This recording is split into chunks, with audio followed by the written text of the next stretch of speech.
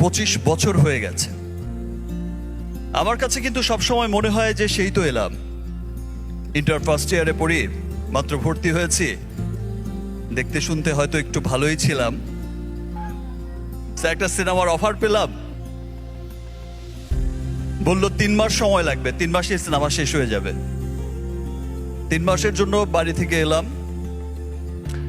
আর ফিরে যাওয়া হলো না। 25 বছর পার হয়ে গেছে।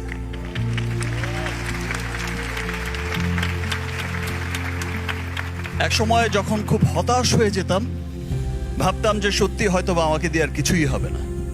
নিজের আপন মানুষকেই বলতে শুনেছি, তোমার দিন শেষ Shakib, you are dead horse. ভেবেছি হয়তো এখানেই শেষ, ইতি টানতে হবে।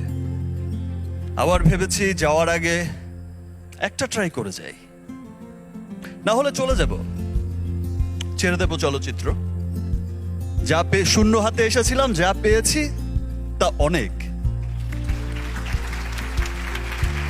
কিন্তু সত্যি বলতে, আমি যখন প্রিয়তমা দিয়ে আমার সেকেন্ড ইনিংস যেটা বলে সবাই শুরু হয়েছে, আমি যখন প্রিয়তমা রিলিজ হয়েছে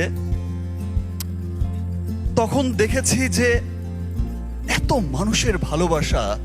এই প্রথম আমার কোনো চলচ্চিত্র দেশের গণ্ডি পেরিয়ে বিদেশের মাটিতে এত সাকসেসফুল হচ্ছে। দেশের প্রত্যেকটা মানুষ সিনেমা দেখতে আসছে, উচ্ছ্বসিত ভালোবাসার সাগরে ভাসাচ্ছে। জি, একদম সত্যি কথা। বাংলা চলচ্চিত্র কিন্তু একেবারে ধ্বংসের পথের দিকেই চলে গেছিল। কেউ সিনেমা দেখে না, সিনেমা হলে মানুষ নেই, সিনেমা হলগুলো বন্ধ। মানে বাংলা চলচ্চিত্রের কথা মানুষ ভুলেই গেছিল। সেই সময় কিন্তু এই শাকিব খান তার প্রিয়তমা ছবি দিয়ে আবার বাংলার সেই সিনেমা হলগুলোকে পুনরুজ্জীবিত করছেন।